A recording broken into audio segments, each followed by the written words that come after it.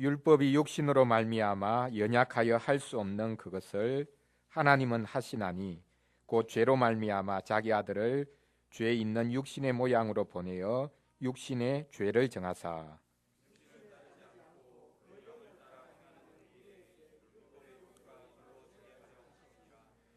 육신을 따르는 자는 육신의 일을, 영을 따르는 자는 영의 일을 생각하나니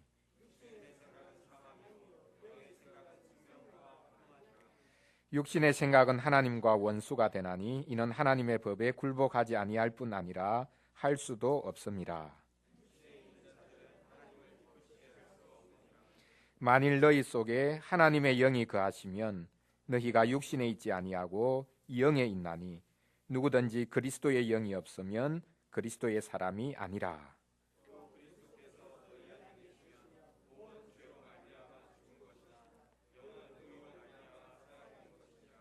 예수를 죽은 자 가운데서 살리신 이의 영이 너희 안에 거하시면 그리스도 예수를 죽은 자 가운데서 살리신 이가 너희 안에 거하시는 그의 영으로 말미암아 너희 죽을 몸도 살리시리라. 아멘. 11절까지 말씀이었습니다. 오늘 예배시 세례식이 있습니다. 신자는 세례로 태어나고 성찬을 먹고 삽니다. 신자는 이렇게 자신의 출생인 세례, 그것을 늘 확인해야 합니다. 오늘은 신자의 출생인 세례에 관해서 살펴보겠습니다. 우리는 세례가 삼위 하나님의 이름으로 받는 세례라는 것을 알아야 합니다. 로마 가톨릭 교회는 미사 때 삼위 하나님의 이름을 수시로 언급하지만 우리 개신교회는 삼위 하나님의 이름을 함께 언급하는 경우가 거의 없습니다. 강복 선언시 겨우 들을 수 있습니다. 또한 오늘처럼 세례식이 있을 때 겨우 들을 수 있습니다. 우리는 세례시 아버지와 아들과 성령의 이름으로 세례를 받는 것, 그래서 삼위 하나님의 이름을 들을 수 있습니다. 세례는 삼위 하나님의 이름으로 받는 것이기에 얼마나 복된 것인지 알 수 없습니다. 세례 받을 때 삼위 하나님께서 친히 찾아와 주셔서 모든 약속을 인쳐 주십니다. 오늘은 특히 성령의 이름으로 받는 세례에 관해 살펴보겠습니다. 성령의 이름으로 세례를 받을 때 성령께서 인쳐 주시는 것이 무엇일까요? 세례 예식문에서는 다음과 같이 말하고 있습니다. 우리가 성령의 이름으로 세례를 받을 때 성령 하나님께서는 이 성례로서 그분이 우리 안에 거하시고 우리를 그리스도의 살아있는 지체로 만들어 주실 것을 우리에게 확신시켜 주십니다. 첫째 확신입니다. 둘째 확신은요, 성령께서는 우리가 그리스도 안에서 소유한 것을 실제로 누리게 하셔서 죄사함을 얻고 매일 새로운 삶을 살게 하십니다. 마지막에는 우리가 거룩하고 흠이 없이 영원한 생명을 누리면서 택함 받은 무리 가운데서 한 자리를 차지할 것입니다. 이 예식문에 성령께서 인쳐 주시는 세 가지 약속이 언급되어 있습니다. 첫째로는 성령으로 세례받을 때, 성령의 이름으로 세례받을 때 성령께서 우리를 그리스도의 지체로 만들어 주십니다. 둘째로 성령께서는 우리 속에 거하시면서 매일 우리를 새롭게 해 주셔서 매일 새로운 삶을 살게 해 주십니다. 마지막 세 번째로는 성령께서 세례 받을 때에 찾아와 주셔서 끝날까지, 마지막 날까지 우리를 지키시고 보호하시고 우리를 붙들어 주십니다. 세례시에 성령께서 우리의 과거, 현재, 미래 이것을 다 확 바꾸어 주신다라고 말씀하고 있습니다. 세례를 통해 성령께서 확정해 주시는 이 세 가지를 순서대로 살펴보겠습니다. 첫째로 성령께서는 세례자를 그리스도의 지체로 삼아 주십니다. 성령의 이름으로 세례를 받을 때 어떤 일이 일어납니까? 성령의 이름으로 세례받는 것은 그냥 하나의 구호가 아닙니다. 성령께서 역사하신다는 막연한 분위기를 띄우기 위해 표현하는 말이 아닙니다. 이름은 그 본질을 담고 있습니다. 성령의 이름으로 세례받을 때 성령께서 직접 그 자리에 함께 하십니다. 온 우주 가운데 충만하신 성령이시지만 세례받을 때 성령께서 친히 그 자리를 충만하게 채우십니다. 성령께서 충만하게 임재하신다. 그러므로 성령의 충만한 임재가 바로 세례의 자리입니다. 가장 형식적일 것 같은 그 세례에 성령께서 가장 충만히 역사하시고 임재하신다라는 사실입니다. 성령의 이름으로 세례받을 때 우리는 성령께서 신자 속에 거하신다는 것을 확신할 수 있습니다. 성령께서 사람을 자신의 거처로 삼으신다는 것은 참으로 놀라운 일입니다. 성자이신 그리스도께서 이 땅을 거처로 삼으신 것도 놀라운 일입니다. 성자께서는 인간의 몸을 입으셨기에 이 땅을 사시기에 큰 불편이 없었을 것입니다. 하지만 성령께서는 다릅니다. 성령께서는 항상 이 땅에서 활동하셨음에도 불구하고 신자에게 내주하셔서 생활하기로 작정하신 것, 이것은 참으로 놀라운 일입니다. 성자의 성육신만큼이나 자신을 낮추신 것이 바로 성령께서 이 땅에 오시며 또한 신자 속에 거하시는 것입니다. 성령께서 내 속에, 신자 속에 와 계신다라는 것을 우리가 어떻게 확신할 수 있습니까? 무슨 뜨거운 느낌이 들면 내 속에 성령께서 와 계시구나, 그것을 비로소 확인할 수 있겠습니까? 성령의 이름으로 세례를 받을 때에 이미 세례 받으신 분들은 성령의 이름으로 세례를 받았기 때문에 우리는 성령께서 내 속에, 신자 속에 이미 와 계신다라는 것을 알 수 있습니다. 고린도전서 12장 13절에서 말씀합니다. 우리가 유대인이나 헬라인이나 종이나 자유인이나 다 한 성령으로 세례를 받아 한 몸이 되었고 다 한 성령을 마시게 하셨느니라. 우리가 다 한 성령으로 세례받았다, 한 성령을 마셨다라고 말씀합니다. 믿는 사람은 누구든지 성령으로 세례를 받았고 성령을 마셨다라고 말씀합니다. 여기서 어떤 이들은 한 성령으로 세례받았다는 것을 물로 받은 세례가 아니라 이후에 2차적으로 성령으로 받는 세례가 있다라고 주장하기도 합니다. 아닙니다. 한 성령으로 세례를 받는다고 한 것, 한 성령을 마신다고 한 것, 이것이 바로 물로 받는 세례를 가리킵니다. 물로 세례를 받는 것은 성령으로 세례를 받는 것입니다. 아버지와 아들과 성령의 이름으로 받는 것이 물로 받는 세례이기 때문입니다. 그러므로 물로 세례를 받으면 물로만 세례를 받는 것이 아니라 동시에 성령으로 세례를 같이 받습니다. 물로 세례를 받는 것은 성령을 마시는 것과 같습니다. 성령이 물질이 아닌데, 성령이 마시는 음료수도 아닌데 성령을 마신다고 말씀합니다. 세례를 이렇게 생생하게 표현합니다.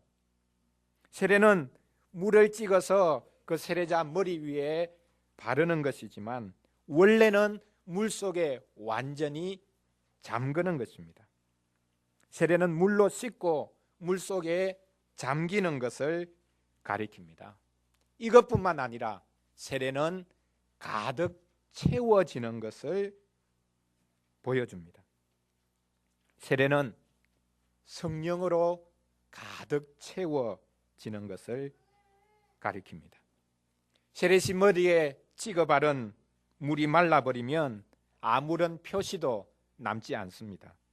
그런데 세례는 물로만 받는 것이 아니라 성령의 이름으로도 받는 것이기에 완전히 제거되는 그런 물이 아니라 영원한 흔적을 남는 세례가 됩니다.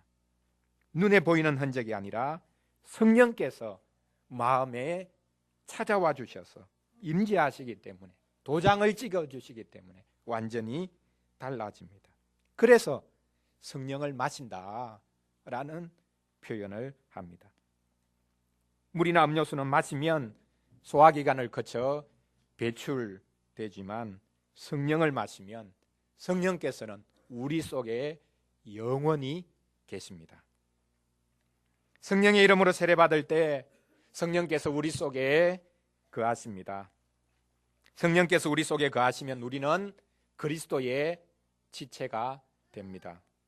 성령께서 내주하시면 우리는 비로소 그리스도의 살아있는 지체가 됩니다. 그리스도의 살아있는 몸이 됩니다. 교회를 그리스도의 몸이라고 비유하는 이유가 바로 여기에 있습니다. 세례받은 신자는 그리스도의 몸인 교회에 붙은 지체가 됩니다. 우리 몸에 여러 기관이 있습니다. 눈이 있고, 코도 있고, 귀도 있고, 손도 있고, 발도 있습니다. 이것처럼 우리는 그리스도의 살아있는 지체가 됩니다. 그리스도의 수족이 됩니다. 심지어 교회의 눈이 되고 교회의 발이 된다고도 말할 수 있습니다. 성령의 이름으로 세례를 받아 누릴 수 있는 복입니다. 성령께서는 우리를 그리스도께 꼭 붙여 주십니다. 신약 서신서 로마서 11장에 보면 젖붙이는 이야기가 나옵니다. 원래의 가지를 잘라내고 그곳에 이상한 가지를 젖붙입니다. 젖붙인 가지는 뿌리로부터 영양을 공급받아서 자기 체질이 아닌 다른 체질이 됩니다. 자기가 원래 맺는 나쁜 열매가 아니라 이제는 젖붙여졌기 때문에 뿌리로부터 영양을 공급받아 자기가 맺을 수 없는 새로운 열매, 좋은 열매를 맺습니다. 이것이 바로 유대인과 이방인에 대한 이야기였습니다. 유대인들이 잘려나가고 그 자리에 이방인들이 젖붙여집니다. 성령께서는 마귀의 지체였던 우리를 그리스도의 지체로 삼아 주십니다. 그래서 이제는 죽을 열매를 맺는 자들이 아니라 영생하는 열매를 맺는 자들로 바꾸어 주십니다. 성령의 이름으로 세례받을 때 우리는 새로운 소속을 누립니다. 성령께서는 세례받은 신자를 그리스도의 사람이 되게 해 주십니다. 성령께서는 자기를 주장하시는 분이 아니라 우리를 그리스도께로 보내시는 분입니다. 성령의 이름으로 세례받는 것은 그리스도의 이름으로 세례받는 것과 같습니다. 성령은 우리를 그리스도께로 보내시기 때문입니다. 성령은 그리스도와 경쟁하지 않으시고 자기를 철저히 가리고 숨기신 채 예수 그리스도께로 우리를 인도하십니다. 둘째로, 성령의 이름으로 세례받을 때 성령께서는 신자를 매일 새롭게 하십니다. 얼마나 큰 복인지 알 수 없습니다. 성령께서는 적용의 영이십니다. 성령의 이름으로 세례를 받을 때 성령께서는 그리스도의 언덕을 우리로 하여금 실제로 누리도록 만들어 주십니다. 그리스도 안에서 우리가 소유한 모든 것을 날마다 누리도록 해 주십니다. 성령께서는 그리스도께서 이루신 것이라면 무엇이든지 신자의 것이 되도록 해 주십니다. 예수님이 해 주신 모든 것을 신자가 다 누릴 수 있도록 해 주시는 것, 이것이 성령의 역사입니다. 성령께서는 그리스도께서 이루신 모든 것을 즉시로 활성화시킵니다. 성령께서는 즉시로 그리스도와 바톤 터치를 하고 일하십니다. 그리스도와 성령께서 순차적으로 일하신다라는 뜻이 아닙니다. 우리 하나님은 삼위일체 하나님입니다. 그리스도께서는 오직 하늘 아버지의 뜻을 이루시고 오직 성령으로 충만하여 일하셨습니다. 그리스도께서 하신 일은 하늘 아버지의 일이요 성령의 능력으로 하신 일입니다. 그럼에도 불구하고 성령께서는 그리스도께서 이루신 일을 일일이 다 찾아서 하나하나 다 찾아서 신자에게 적용해 주시고 그 모든 것을 활성화시켜 주십니다. 그리스도께서 이루신 것 중에 대표적으로 언급할 수 있는 것이 바로 죄 사함입니다. 그리스도께서 십자가 지심으로 우리의 모든 죄를 씻어 주셨습니다. 성령께서는 그리스도께서 우리를 위하여 이루어 주신 바로 이 죄 사함을 우리의 것이 되도록 확신시켜 주십니다.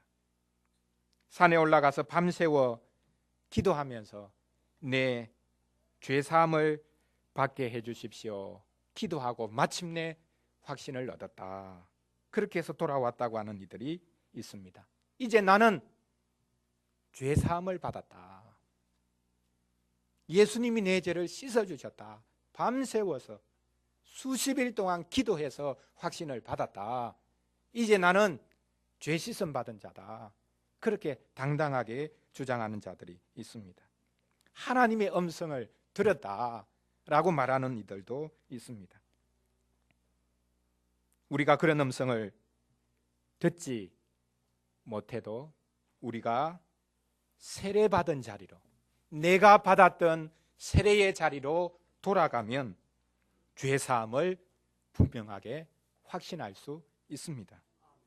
세례로 우리가 태어났기에 나의 새로운 신분인 죄사함을 확신할 수 있습니다.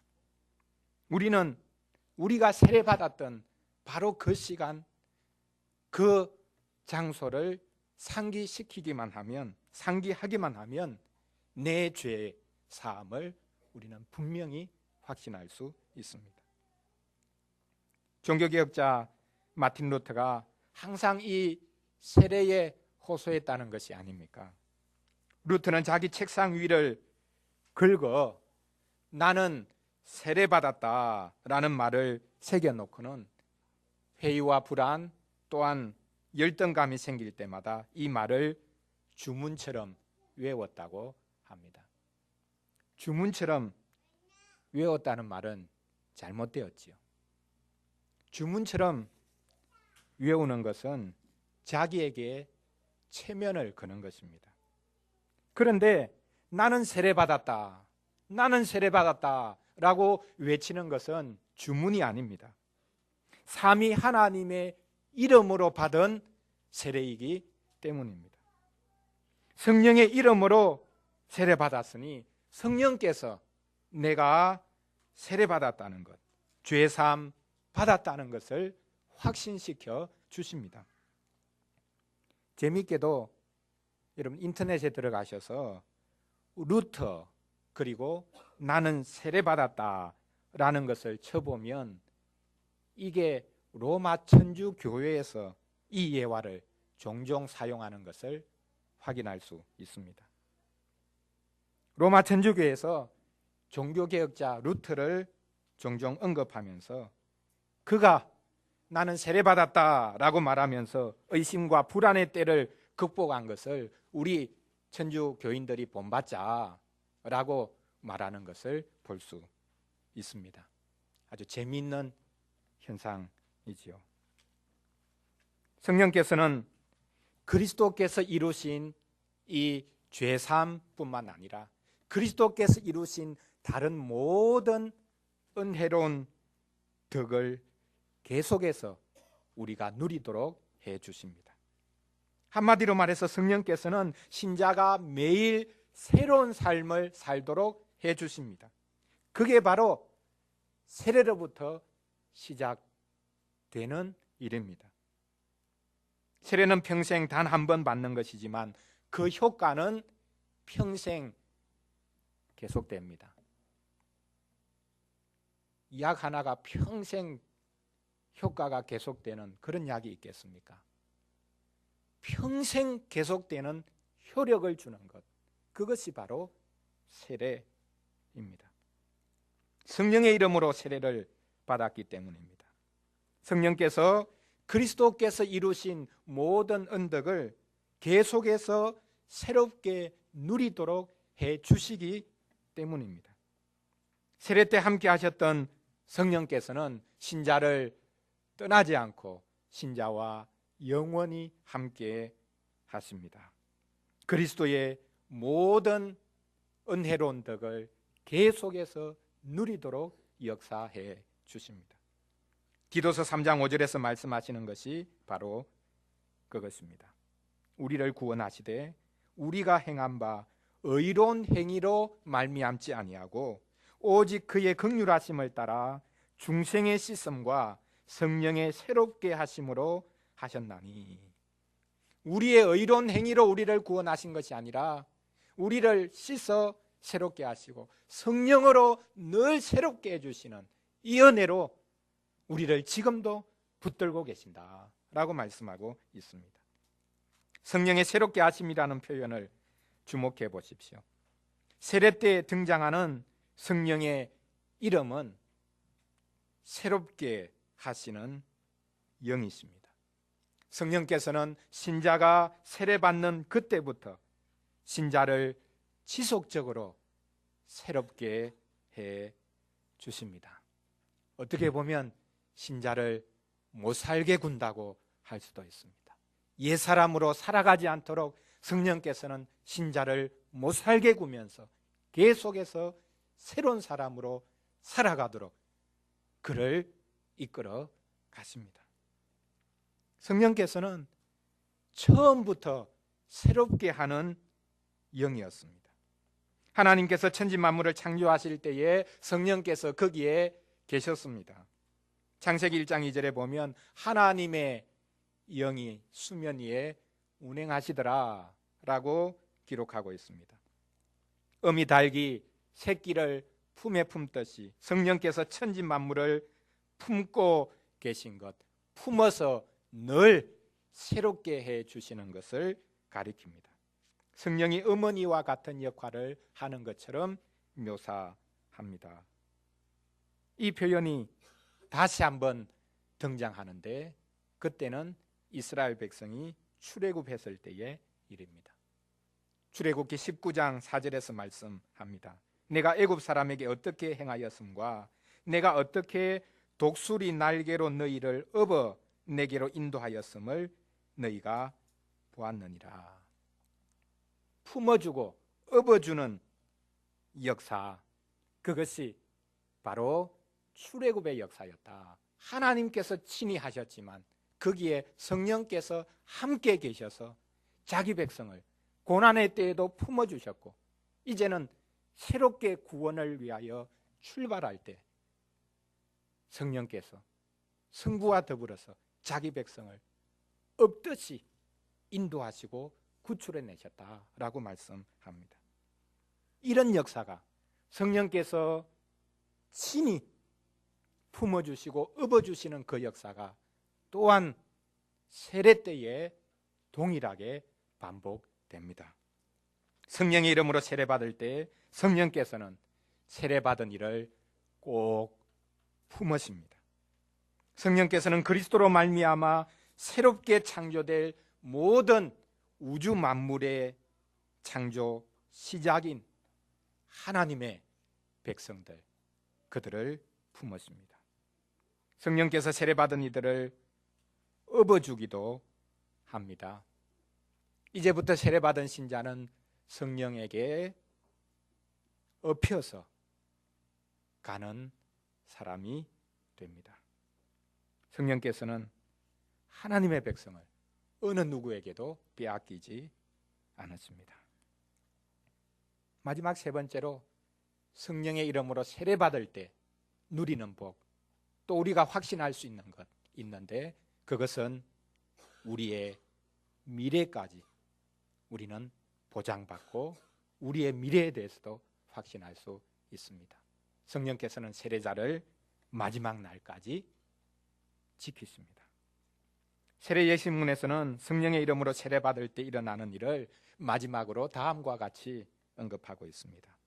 마지막으로 우리가 거룩하고 흠이 없이 영원한 생명을 누리면서 택함 받은 무리 가운데서 한 자리를 차지할 것입니다. 성령께서는 미래를 앞당겨 누리게 하시는 영이라는 말입니다. 성령으로 인해 우리는 미래까지 확신할 수 있다는 말입니다. 성령께서는 우리의 미래의 든든한 보장이십니다. 성령께서 이 땅에 오신 것이 이유가 없는 것이 아닙니다. 성령께서 그리스도와 바톤 터치를 한 것이 이유가 없는 것이 아닙니다. 잠시 그 역할을 감당했다가 은근슬쩍 빠져버리는 것이 아닙니다. 또 누군가에게 바톤 터치를 하고 떠나버리는 것이 아닙니다. 마지막 주자로서 오신 분이 성령이십니다. 이제 더 이상 다른 주자는 없습니다. 성령께서 마지막 주자가 되셔서 마지막까지 신자를 책임져 주십니다. 성령의 이름으로 세례받은 자들은 택함받은 무리 가운데 한 자리를 차지할 것입니다. 하나님의 선택이 시작이라면 성령의 거룩하게 하심과 지키심이 마지막입니다. 성령께서는 그리스도께서 하신 일뿐만 아니라 성부께서 작정하신 일을 성취하십니다. 여러분, 우리가 성부의 선택을 알 길이 없습니다. 또한 우리는 그리스도께서 누구를 위하여 죽으셨는지 알 길이 없습니다. 어떻게 합니까? 선택을 어떻게 합니까? 그리스도의 죽으심 그것이 누구를 위한 것이었는지 어떻게 합니까? 성령께서 성부의 선택과 그리스도의 구속을 확정해 주십니다. 성령께서는 성부께서 택하신 자를 한 명도 남김없이 불러내십니다. 성령께서는 그리스도께서 위하여 죽으신 이를 한 명도 남김없이 교회로 보냈습니다. 그래서 택함 받은 그가, 그리스도께서 위해서 죽으신 그가 교회에 가서 세례를 받습니다. 우리는 세례 받는 자를 보면서 성부의 선택이 마침내 이루어진 것을 봅니다. 그리스도께서 위하여 죽으신 이 그의 구속이 이루어진 것을 우리는 보게 되는 것입니다. 성령께서는 택함 받은 자들을 거룩하게 만들어 갔습니다. 거룩하고 흠이 없도록 만들어 갔습니다. 구약 시대 하나님께 드려질 제물이 흠이 없어야 하듯이 성령께서는 신자를 거룩하게 만들어 가십니다. 성령께서는 신자가 거룩한 교회에 속해서 이 거룩을 이루도록 해 주십니다. 신자가 교회에 속해 있는 것만이 거룩해질 수 있는 비결입니다. 그리고 딱 줄여서 간단하게 말씀드리자면 신자가 교회에 속해서 세례받는 길만이 거룩해지는 마지막 거룩까지 보장받을 수 있는 길이다라는 사실입니다. 신자가 교회를 떠나면 거룩을 이룰 길이 없습니다. 혼자서 거룩을 이룰 수 있는 길은 없습니다. 교회가 타락했다면 어떻게 할 거냐라고 하시겠죠. 직분자들이 타락했다면 어떻게 할 거냐라고 하시겠죠. 종교개혁자들이 타락한 중세교회를 떠나지 않았냐라고 말할 것입니다. 그래서 새로운 교회를 세우지 않았냐고 말할 것입니다. 아닙니다. 그들이 자발적으로 교회를 걷어차고 떠난 것이 아닙니다. 그들은 쫓겨났습니다. 그들은 쫓겨났지만 로마 교회에서 심지어 교황을 즉 그리스도라고 표현하기도 했지만 그 로마 교회에서 삼위 하나님의 이름으로 받은 세례를 기억자들은 결코 거부하지 않았습니다. 아무리 못나도 교회가 삼위 하나님의 이름으로 세례를 줄 때 하나님께서 거기 계신다라는 뜻입니다. 신자가 거룩한 것은 교회에 속했기 때문이요.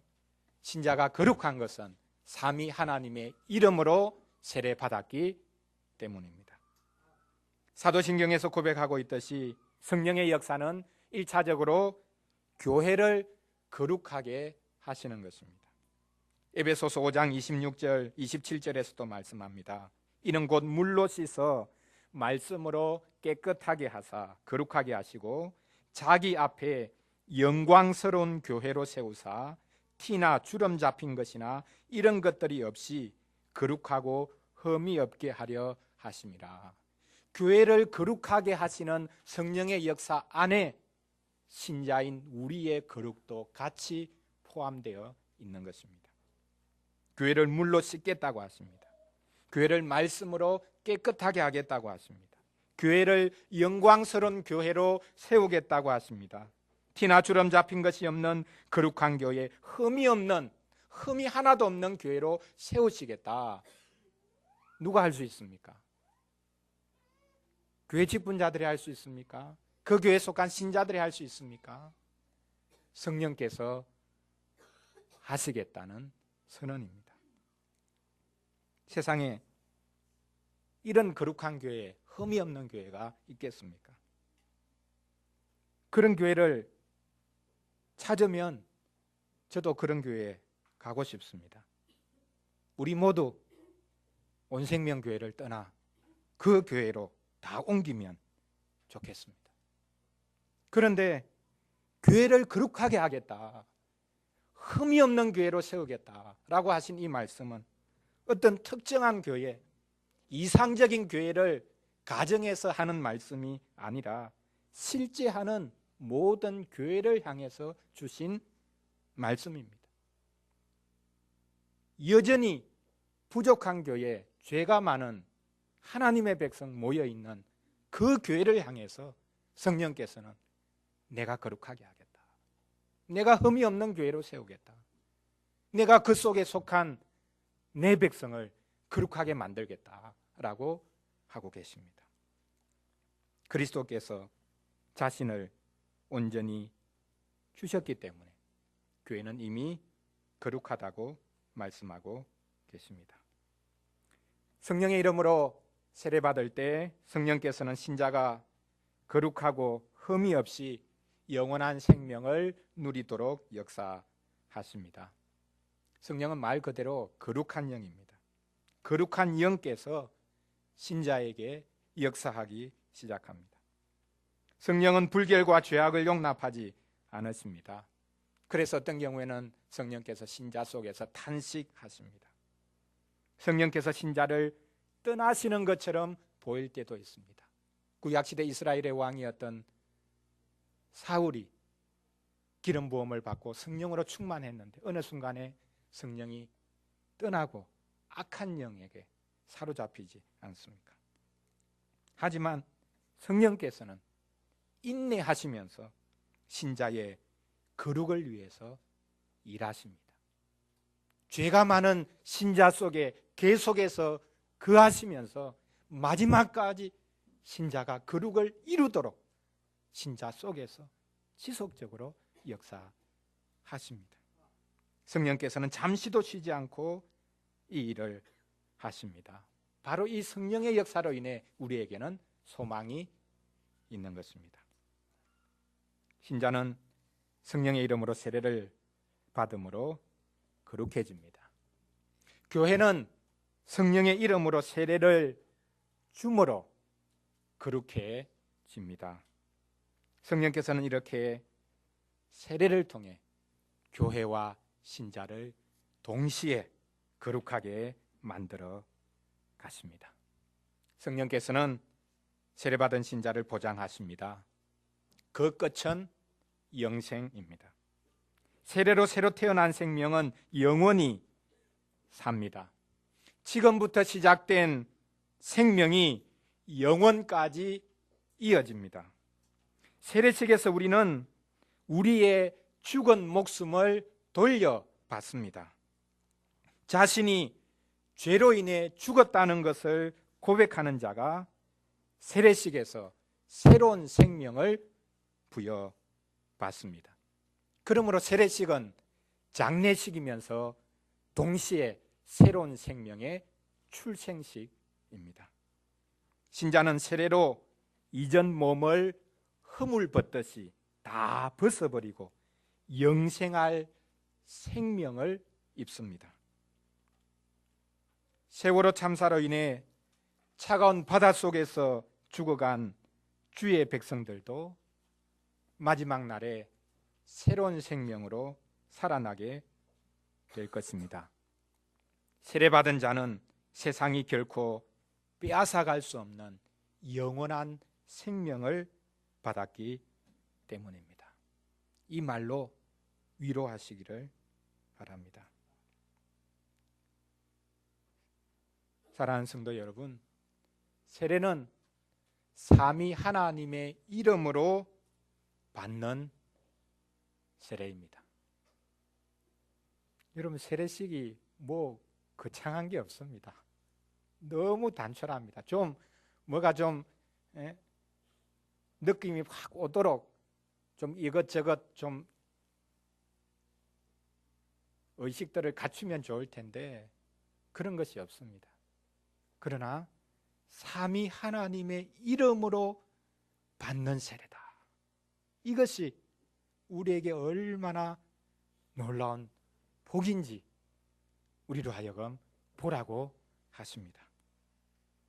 오늘은 성령의 이름으로 받는 세례, 삼위 하나님의 이름 중에 마지막 성령의 이름으로 받는 세례에 관해서만 살펴보았습니다.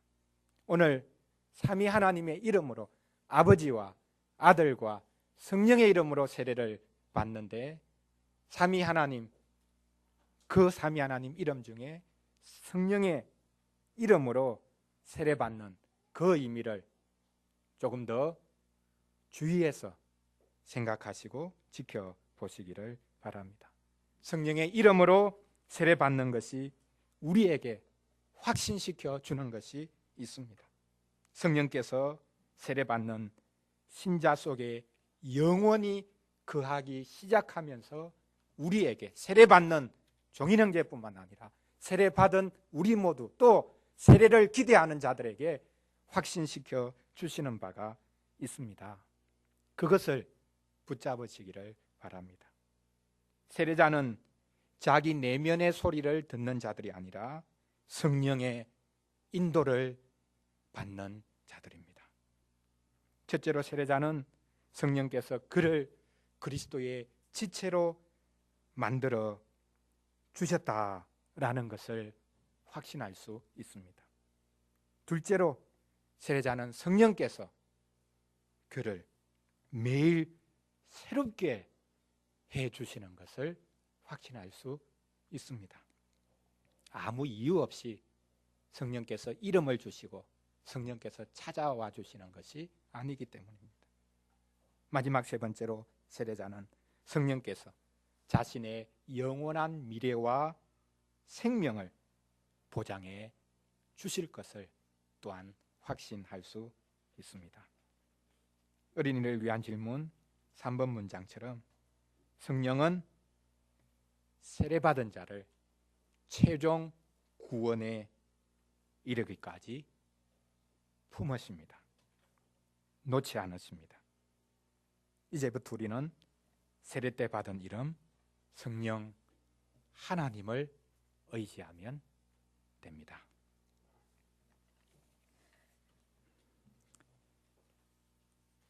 이제 세례식을 베풀겠습니다. 오늘 말씀을 통해서 살펴보았듯이 세례는 삼위 하나님의 이름으로 받는 세례입니다. 성부와 성자와 성령의 이름으로 세례받을 때 성부께서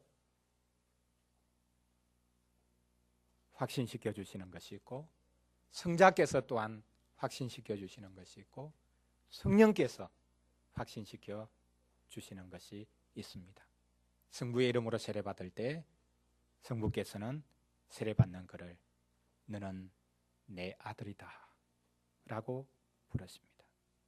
성자의 이름으로 세례받을 때 내가 너를 위해서 십자가 졌고 내가 너를 위해서 부활함으로 너는 나의 것이 되었다. 새로운 생명이다 라고 말씀해 주십니다. 성령의 이름으로 세례받을 때 오늘 설교처럼 성령께서는 그 세례자 속에 들어와 주셔서 내가 영원히 너와 함께 하겠다. 너를 놓지 않겠다. 너가 죄 가운데 빠질 때에도 내가 너와 함께 하면서 너를 그곳에서 건지고 거룩한 자리에 이르도록 너를 돕겠다라고 말씀하십니다. 이 놀라운 약속 또 이 놀라운 확신을 굳게 붙잡을 수 있기를 간절히 바랍니다.